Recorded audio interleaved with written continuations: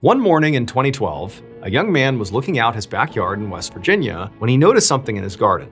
So over the past couple of days, there had been really heavy rainfall, and it had basically turned his backyard into like a swamp. But in particular, in the garden in his backyard, there was almost like a sinkhole forming from all the water. And he noticed there was something in the hole, and it almost looked like it could be plastic. And so feeling curious, the young man left the house, and yeah, sure enough, there was what appeared to be the top of a plastic bag that had been tied up that was in this hole. And so he reached down and he pulled this bag out of the ground, and it was pretty heavy, and he opened it up and looked inside, and he dropped it and backed up in horror. But before we get into today's story, if you're a fan of the strange, dark, and mysterious delivered in story format, then you've come to the right place, because that's all we do, and we upload 2, 3, even 4 times every week. So if that's of interest to you, the next time you're over at the Like Button's house watching their favorite TV show together, be sure to constantly interrupt them and ask noon on Saturday, April 24th, 2010. A 64-year-old sales clerk named Kathy Goble grabbed a suit jacket off the rack at a high-end men's store in Charleston, West Virginia. She carried it over to a customer, and then she helped him put it on in front of the mirror. And after he was dressed, the man smiled at his reflection and said it looked great. So Kathy had worked at the store now for 10 years, and she really loved working there. I mean, everything about it was great. The staff was like family, she herself was very people-oriented and was great at building relationships with customers. In fact, she was so good at, building relationships that men from all over town would come to the store specifically to see Kathy when they needed a new suit. However, this man she was currently helping wasn't like all the other customers. His name was Dr. Harry King, and he was a radiologist, and he had been a regular at the store for many years. And even though he was married, and even though Kathy herself was in a long-term relationship, these two were actually having an affair. Harry had a lot of money, and he really enjoyed showering Kathy with expensive gifts. In fact, he had even paid to have her kitchen redone. And just a couple of weeks ago, he'd taken her on a trip across the country to San Francisco. Now, when Kathy went on that trip, she had told her longtime boyfriend, Fred Farrell, that it was actually just a girls' trip to visit an old friend. And even though she did feel bad about lying to him, Kathy really didn't know how long her relationship with Fred was going to last anyway, so it sort of seemed like maybe it's not worth trying to protect it. Kathy and Fred had been dating for about 2 years, and Fred was definitely a nice guy, but recently he had asked Kathy to marry him, and she definitely was not sure about that and told him, I don't know, I have to think about it. So the big reason why Kathy was definitely on the fence about marriage in general was actually because Kathy had been divorced twice already. She also liked having her own house and her own life and not being tied to just one man. But she couldn't bring herself to actually break up with Fred when he proposed, and so she was sort of in this holding period now. And she figured that, as long as her affair with Harry stayed a secret, nobody would get hurt. So Kathy carried Harry's new suit over to the cash register, and as she rang it up, Harry leaned over the counter and asked if she wanted to go grab lunch. And Kathy smiled and said, sure. About an hour later, Kathy came back to the store after her lunch break, and inside she saw there was a young woman standing at the back of the store by a rack of shirts. The woman's clothes were a bit ragged, and she looked out of place, like she wasn't the typical clientele for the store. And as Kathy got closer to her, she realized it was her coworker's daughter, Jessica Fisher. And Jessica really put Kathy on edge, because Jessica had a drug problem. And every once in a while, she would come into the store and she would ask Kathy for some of Kathy's Xanax. And Kathy felt bad for her, so even though she knew it was a bad idea and it was wrong to do this, she usually would give Jessica some of her Xanax. But today, Jessica looked so sick and so agitated that Kathy really had to face the truth here. Jessica had a serious addiction, and she really had to stop enabling it. So when Jessica invariably asked Kathy if she had any pills on her, Kathy put her foot down and said no. And Jessica did not take that well. She started screaming at Kathy. It caused this huge scene. There were other customers inside looking over. And at some point, Kathy's manager came running over to see what was going on. Eventually, Jessica did sort of give up and she ran out of the store. But the whole encounter really left Kathy feeling shaken up. And for the rest of her shift, it was all she could think about. That night, just after the men's store closed at 5 p.m., Kathy came out the front door accompanied by one of her male coworkers. She was afraid that Jessica might be out here waiting to confront her. And so she had asked one of the other shoe salesmen, a guy named Charles March, to just walk her to her car. And so now, the two of them, Charles and Kathy, as they exited the store and made their way across the lot, they both were sort of on high alert, waiting to see if Jessica was going to pop out somewhere. Kathy didn't see Jessica or anybody else lurking around, so eventually she got to her SUV, she said goodnight to Charles, and then she climbed into her car. Once inside the car, she locked all the doors and then exhaled in relief. She felt safe. And then as she started the engine, she called her longtime boyfriend, Fred. Fred was actually out of town on a fishing trip, and when he answered, Kathy told him that she was going to stop by his apartment that night and just clean it up for him before he came home. Now, Fred told her that she really didn't have to do that, but she insisted. She said she would head over there later that night, and then she hung up. But before she went to Fred's, Kathy actually planned to make another stop at the home of her ex-husband, or one of her ex-husbands, David McCartney. So Kathy and David had been divorced for 20 years now, but they had had 2 kids together, so they stayed in touch. A few years ago, David had actually had a stroke, and while he survived the stroke, his health still never fully recovered. And he wasn't remarried and didn't have anybody taking care of him. So Kathy would often stop by to help him out whenever she could. And so that was her plan for tonight, to just swing by, see if he was doing okay. So after hanging up with Fred and putting her phone in her purse, she threw her car in gear and she drove off towards David's house.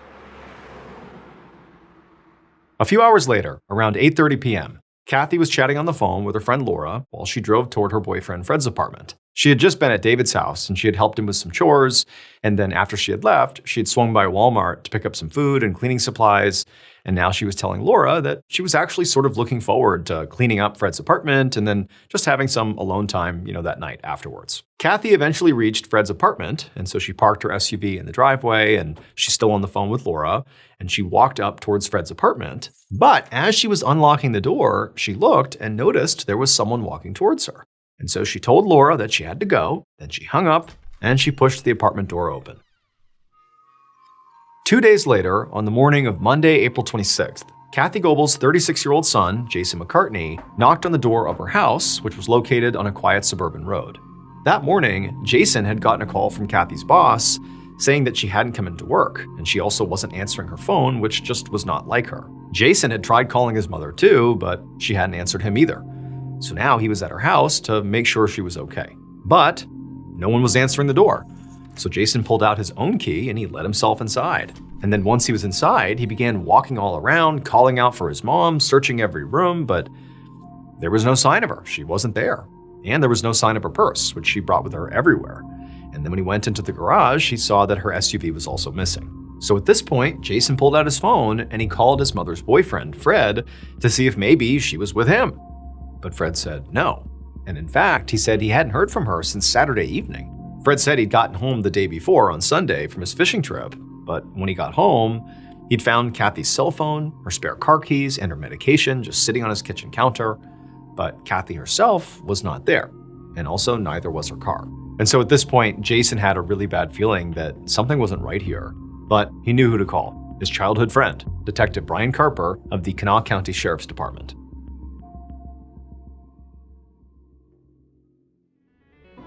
Summertime tastes like My Mochi, premium ice cream wrapped in sweet, chewy dough. One of my favorite summer moments is bringing out my many boxes of My Mochi after a backyard barbecue and handing it out to my family. In these boxes, they're easy to pass around, everybody gets to pick a flavor. It's the perfect cool treat to wrap up a warm summer evening. It's really becoming one of my family's summer traditions that everybody seems to enjoy. The strawberry flavor is strawberry ice cream made with real fruit. It's the perfect trifecta of creamy, chewy, and chill. Cookies and cream is cookie-flavored ice cream with cookie pieces, the classic summer flavor. And there's a new flavor, cotton candy. It's cotton candy-flavored ice cream wrapped in pink dough. Plus, My Mochi is only around 70 calories per piece and is gluten-free. It's easy to share because My Mochi comes in a box with 6 individual snacks. Taste the joy in every bite of My Mochi ice cream. Look for the purple box of My Mochi ice cream in the freezer aisle of your local grocery store. Later that morning, Detective Carper walked up to the door of Fred Farrell's apartment, which was on the other side of town from Kathy's house. Carper had spoken to Jason, and he had found out that his mother had left her belongings here at Fred's apartment on Saturday night, and no one had heard from her in the 40 hours since then. Also, her silver Honda SUV was nowhere to be found. So Carper had been friends with Jason for decades, and in that time, not only did he become close, obviously, with Jason, but also with Jason's mom. So because he knew Kathy fairly well, he knew this whole situation was just very out of character for her. And so right away, he's thinking, this has got to be something serious.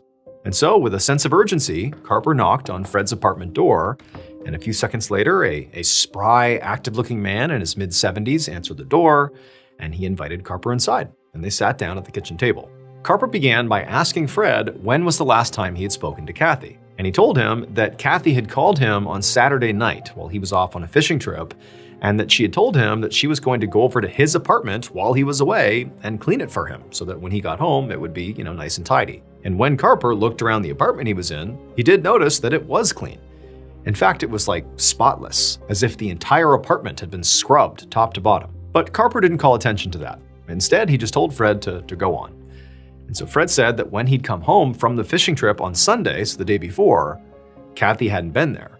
But several lights in his apartment had been left on, a window was open, and some of Kathy's things had been left out on the counter. And also, the apartment was clearly very clean, so it seemed like she had been here at least for a while, but she was not there anymore.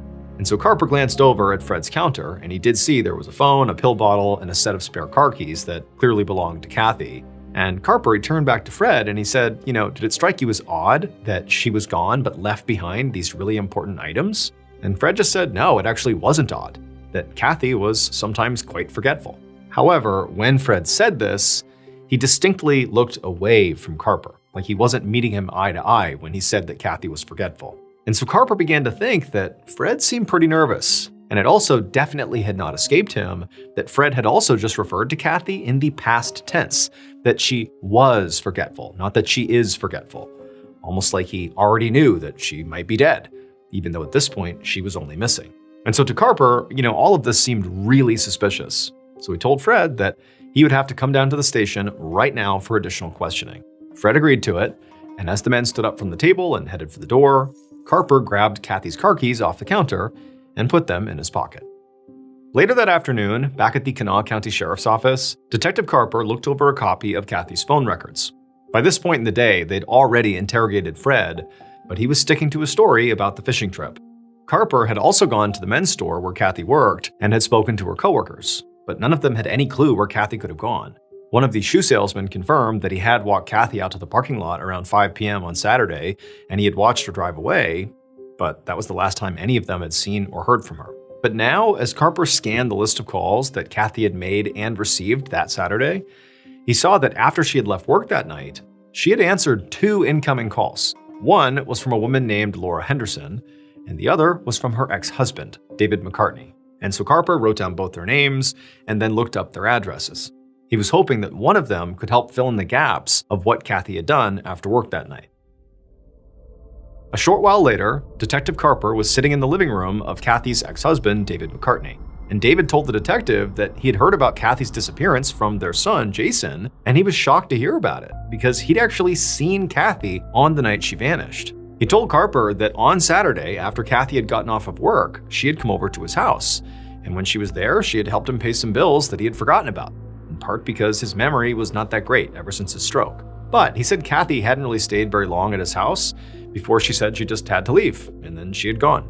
And Carper really didn't know what to make of this, because now it was clear that David, at least so far, was the last person to have seen Kathy in person. But Carper really wasn't seeing a motive here. I mean, if anything, all he was seeing is that David felt an enormous amount of appreciation and gratitude toward his ex-wife. And then on top of that, David was not exactly young, and also he had some pretty serious mobility issues from the stroke he had had.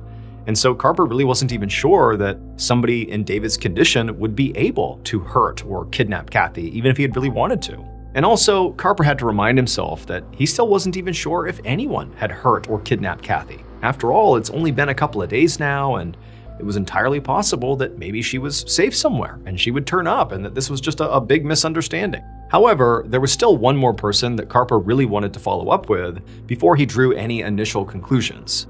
And that was the last person on Kathy's call records, Laura Henderson. And so later that same day, Carper sat down across from Laura Henderson in her living room. And Laura seemed really upset when Carper told her that she may have been the last person to speak to Kathy before she disappeared. At some point, he asked Laura whether Kathy had said anything on that last phone call about what she was up to that night, or if she had had any recent issues with anyone, or, anything odd. And Laura, she shook her head and said no, but then she stopped and she said, well, actually, there was one thing about that call that had stuck out to her as being a little bit strange. She said the last thing Kathy had said before hanging up was, "We're going into Fred's apartment." Not, "I'm going into Fred's apartment," but "We're going into Fred's apartment." We, like she was with someone. Carper was sort of surprised by this because his understanding is that Kathy had gone to Fred's apartment to clean it by herself based on what she had sort of communicated to Fred. And so he asked Laura if she had any idea who this other person was that she could have been with. And Laura said no. She said that Kathy had made no mention of there being another person with her on the entire call. In fact, the first mention of there being this other person was basically right at the end of the call when she had hung up. She basically had said to Laura, "Up, we're going in," and then she had hung up. And so Carper spoke with Laura for a few more minutes, and then shortly after he left her house, his cell phone rang. And when he answered it, it was an officer on the line who said he had found Kathy's SUV. It had been abandoned on the highway about 15 miles outside of town. And Carper said he would be there right away. Later that same Monday afternoon, so we're still just 48 hours after the last time anyone had seen or heard from Kathy, Carper parked on the side of the highway in a wooded area outside of Charleston. And through his windshield, he saw a silver Honda SUV parked a few yards ahead of him, right next to an exit. And right away, he recognized the license plate as being Kathy's. And so Carper got out of his car, and as he approached Kathy's SUV, he saw there was a white towel hanging out of the driver's side window, which was normally a signal that a car had broken down. All the doors were locked, so Carper pulled Kathy's spare key that he had grabbed out of Fred's apartment out of his pocket, and he used it to unlock the driver's side door. There was nobody inside the car, and there was no sign of a struggle, there was no blood anywhere, and also Kathy's purse was not inside either. So Carper had to wonder if maybe Kathy had been driving along this road and then her car, ran into some trouble and she walked off to get help when nobody had stopped. However, just to make sure, Carper sat in the driver's seat and he used his spare key and he tried the engine just to see if it would work. And as soon as he turned the key, the car started. The car was running just fine. And he also saw there was a half a tank of gas left. So at first glance, it appeared like, this didn't really make any sense. Why is this car abandoned here with the white towel in the window signifying that this car has broken down when the car works just fine or appears to work just fine? And so Carper, at this point, he began to think this is a sign that Kathy likely had not disappeared by choice here. There was just no good reason why she would have driven 15 miles out of town without her phone in the middle of the night, tell no one, abandon her car on the side of the highway and just walk off. Why would she do that? And so to Carper, it seemed like the most plausible explanation here was that Kathy had been abducted. And whoever had done it also dumped her car out here with the towel in the window just to throw off investigators.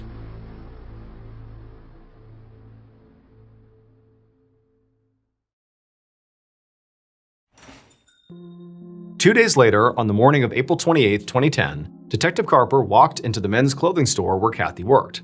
Now, by this point, he had already spoken to Kathy's coworkers once on the day that she was reported missing. But now that he had learned from Laura that there was apparently someone else with her on Saturday night, he now really wanted to question everybody again to see if they had any idea who this other person might have been. So he tracked down Kathy's manager and he asked her if he could speak to her and ask her a few more questions. And she said sure. And she led him over to a quiet part of the store where the customers wouldn't hear them. And so Carper, he pulled out his notepad and he asked her, the manager, to walk through what Kathy did during her final shift and be as detailed as possible. The manager said it had been a pretty normal day. Kathy had come in around 9 a.m. and helped out a few customers. The only thing that stuck out to her was that at some point in the afternoon, another coworker's daughter had come into the store and Kathy and this daughter had gotten into a really big argument, a very public, nasty argument. Now, the manager said she really had no idea what the fight was even about, but just if they wanted to follow up, the daughter's name was Jessica Fisher. And so Carper, he wrote down Jessica's name and made a note to look into her. After that, he asked the manager if she had seen Kathy interact with basically anybody else that day, any other meaningful interaction that he should know about. And the manager thought for a second and said, actually, yes, there was someone. She said that Kathy had gone out to lunch with a friend who also happened to be a regular customer at the store. She said his name was Dr. Harry King. Later that same day, Carper sat down inside of an interrogation room with Harry King, and Harry seemed really nervous. When Carper asked if he knew why he was there, Harry said yes. Harry then put his head in his hands and he said, I know I should have come in sooner, but I was just afraid of what was going to happen. He explained that he and Kathy were not just friends, they were having an affair. He said they'd even gone on a trip to San Francisco together a couple of weeks ago, and they'd both lied to their respective partners about it. Carper was really surprised by this, and right away he wondered if maybe Kathy's boyfriend, Fred, had found out about the affair and killed Kathy out of jealousy. Or maybe things had gone bad between Harry and Kathy, their affair had gone south, and Harry had killed her. It did seem really suspicious that Harry clearly knew Kathy was missing, but hadn't come forward to the police. He had to be asked to come in.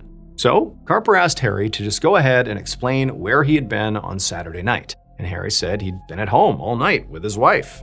And so Carper asked if he could speak to Harry's wife to verify his alibi. And immediately Harry pleaded with the detective not to bring his wife into this, doesn't want to give up that he's having an affair here. But eventually he seemed to understand that without an alibi, he was the primary suspect here. So he agreed and gave Carper his wife's phone number. A few days later, on May 1st, so a week after Kathy was last seen and she's still missing, Carper walked up the steps of a cheap motel on the edge of town. He'd finally tracked down Jessica Fisher, the co-worker's daughter who had gotten into a fight with Kathy at the men's clothing store on the day she disappeared. And this motel was apparently where she was staying. And so Carper figured out which room was Jessica's, and then he knocked on the door. And then a moment later, the door opened, and there was Jessica. And Jessica did not look well. She was unbelievably skinny, like gaunt skinny. She looked sick. In fact, Carper basically assumed that based on her physical appearance, she very likely was struggling with addiction. And so Carper, after introducing himself and confirming that this was in fact Jessica Fisher, he explained to her why he was there. He said that Kathy Goble is missing, and we know you got into a fight with her on the day she vanished at the store where she works. And so he asked her to explain what the fight was about. After hearing all this, Jessica's eyes went wide and she insisted that she had no idea what had happened to Kathy. And when Carper pressed her again about why they had fought in the store that day, Jessica was kind of evasive at first, but then finally she just broke down and she admitted that she had been asking Kathy for drugs, and Kathy had said no and they had fought about it. She said that sometimes Kathy would give her Xanax, but that day Kathy had refused. So Jessica said she got mad and sort of freaked out, and that was the fight. But Jessica swore that once another worker had intervened, she had just left the store and gone home and never seen Kathy again. Like, that really was all it was. Now, Carper's reaction to this is, it sounded an awful lot like Jessica was telling the truth. But he still asked her if she would take a polygraph test just to be sure. And she said yes, of course. And so Carper gave her his business card, and they agreed on a date and time for her to come into the station for that test. But when that date and time rolled around, Jessica never showed up. In May of 2010, so a couple of weeks after Kathy Goble disappeared, Detective Brian Carper was looking through a forensics report at his desk. Kathy's car that had been found on the side of the highway had been processed for evidence. But as this report showed, no DNA or fingerprints had been found inside or on it from anyone other than Kathy. Now, this didn't mean that, someone could not have dumped Kathy's car on the side of the road. It just meant that if that happened, whoever did it was very careful to cover their tracks, and forensic evidence was not going to help pin them down. And this was very frustrating for Carper, because so far, all his leads were sort of coming up dry. Dr. Harry King's wife had confirmed his alibi, and when Carper had spoken to her, she had seemed very upset to learn that her husband was having an affair. So Carper didn't think she would want to lie for him. She probably was telling the truth, that he really was there with her. Carper had questioned Kathy's 2 adult sons, Jason and Paul, but they both came in and passed polygraph tests and were ruled out as suspects. As for Jessica Fisher, the young woman who had gotten into a fight with Kathy in the store over Kathy not giving her Xanax pills, well, she had agreed to come in and take a polygraph, but she hadn't shown up, and currently she was still MIA. And even though Kathy's boyfriend, Fred, and ex-husband, David, both still seemed pretty suspicious, there really was nothing concrete tying them to Kathy's disappearance. And so as the weeks passed by, Carper just had no idea what happened to Kathy. There hadn't been any activity on her bank accounts or credit cards since the day she vanished, so it seemed pretty clear that she had not just run off, because you'd see transactions. However, it probably meant then that she was being held captive or something, or maybe she was dead, but Carper just didn't know. And so this was a pretty unusual case, because Carper did have several pretty solid suspects, but no actual evidence that a crime had even been committed. And so unless Kathy was found, dead or alive, or some new evidence was uncovered, it would be impossible to charge anyone in connection with her disappearance. And so as weeks turned to months and Kathy just continued not to turn up, the case ultimately went cold. 2 years later, on April 25th, 2012, Detective Carper trudged through the mud and puddles in the parking lot of the police station and then wiped his shoes on the mat outside the front door. It had been raining for days now, and the rivers and the creeks around Charleston had all flooded, and the whole city was basically a swampy mess. As Carper walked to his office, an officer suddenly ran up to him and said that a 911 call had just come in, and Carper would definitely want to hear about it. The officer said that according to this caller, all the rain they had been having had unearthed a human body that clearly had been buried at some point on the edge of town. And as he explained where this body had been found, Carper's heart began to race. He understood why the officer had brought this to him specifically, because that body had to be Kathy Goble.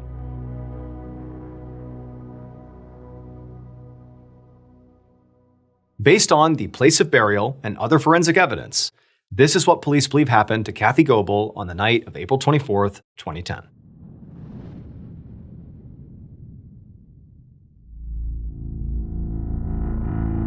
Around 8:30 p.m., the killer was waiting outside of Fred's apartment. They knew Kathy would be coming by that night, and soon they saw the headlights of her SUV coming up the street. As Kathy got out of her car with a plastic grocery bag and a phone to her ear, the killer approached the doorstep and waved. Kathy, who was still on the phone, she sort of seemed surprised to see the killer, but, nonetheless, she continued talking on the phone, and she didn't say anything to the killer, as she just continued to unlock the door, open it up, and sort of gestured for the killer to come on in with them. Once inside, Kathy set the shopping bag and a few of her other things down on the counter, and then once she'd hung up the phone, she asked the killer what were they doing there, and the killer just asked her if she would take a drive somewhere with them. And Kathy seemed a little confused by the request, but said okay. The killer waited for a few minutes while Kathy cleaned up the apartment, because that was something she said that she wanted to do. And then once she was done, they both left the apartment, they got in the killer's car, and the killer drove them to another house, way out on the edge of town. And once they were there, they went inside, and the killer asked Kathy if she wanted to have sex with them. And Kathy said no. And this rejection sent the killer into like an instant rage. And they grabbed her, they tied her up, and they strangled her. Then they buried her in a shallow grave in their backyard. But 2 years later, the killer's son noticed something in their backyard after all this heavy rain, and when he went out there to see what was in the middle of the yard, he found her body. The shoe salesman, Charles March, who ironically had been the one to walk Kathy out to her car on the day she vanished to keep her safe from Jessica Fisher after that fight. He was the person that she trusted to keep her safe. He was her killer. It would turn out Charles, who at no point was even considered as a suspect in this case, actually had a history of stalking women, and investigators believe he'd grown obsessed with Kathy while working with her, and then he eventually killed her when she rejected his advances. Charles March was arrested on April 25th, 2012, and charged with Kathy's murder. He pled guilty and was sentenced to life in prison. However, he died of cancer in prison just 2 years later in 2014.